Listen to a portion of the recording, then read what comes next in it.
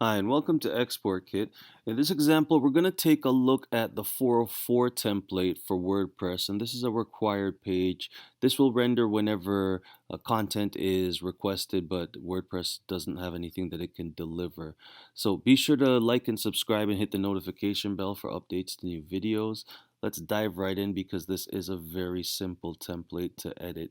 So you'll see here that we have a header. There is nothing dynamic about it. It simply says nothing found. We could have added options to this so that in essence the end user can edit what it says. Actually, we really should. Immediately after the header, we have a fix before the content and a fix after the content. So the content itself, although we do have a fix within it, it's not really that necessary. Well, actually it is because we have the search. So let's give the search some area. You know what? If we're going to do that, we might as well add options to these. So let's actually modify this slightly so that we can do something with it in the output.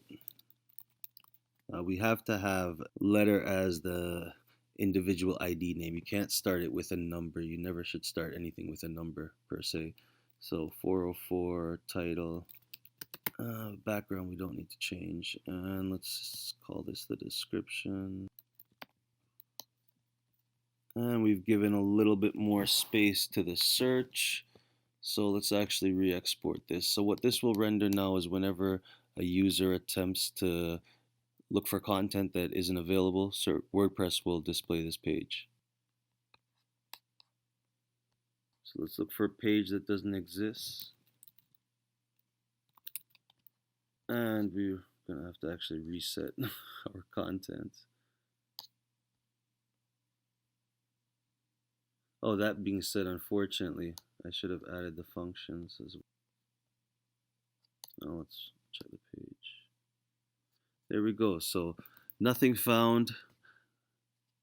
Now all this information we can change. Let's now see the 404 options.